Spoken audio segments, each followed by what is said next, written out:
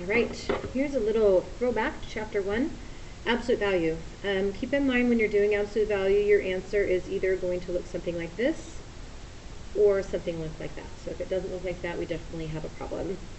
I need to isolate this. That's the very last thing that I can do. So I'm going to start moving things to the other side. So I'm going to move this one over.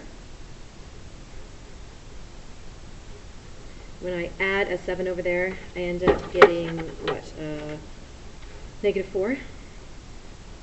And now here, I'm going to divide both sides by a -2. When I divide by a -2, I have to switch the sign. Remember, when you are multiplying or dividing both sides by a negative, the sign switches. Once we get to here, we can go ahead and split it up. So either this stuff is less than 2, or this stuff is greater than -2. Those are our two options.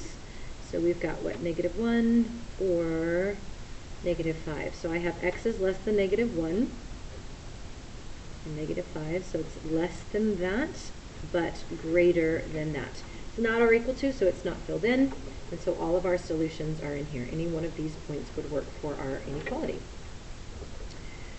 This one here, we need to get common denominators.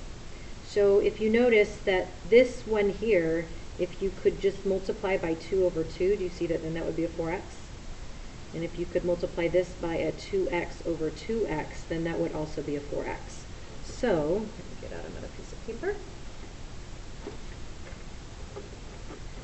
So we have this here, and then I'm going to now have 2x on the top and 4x on the bottom. And now I'm going to have a 6 on the top and a 4x on the bottom. At this point, we can go ahead and combine these, so 2x minus 6 over 4x. Now, the denominators are exactly the same. So that's good in my equal sign. I just need to make sure that my numerators are exactly the same. So I'm now going to go ahead and separate that and look at just my numerators, which when I move the 2x over becomes just an x, and when I move the 10 over becomes a 4. So just 4 is our answer.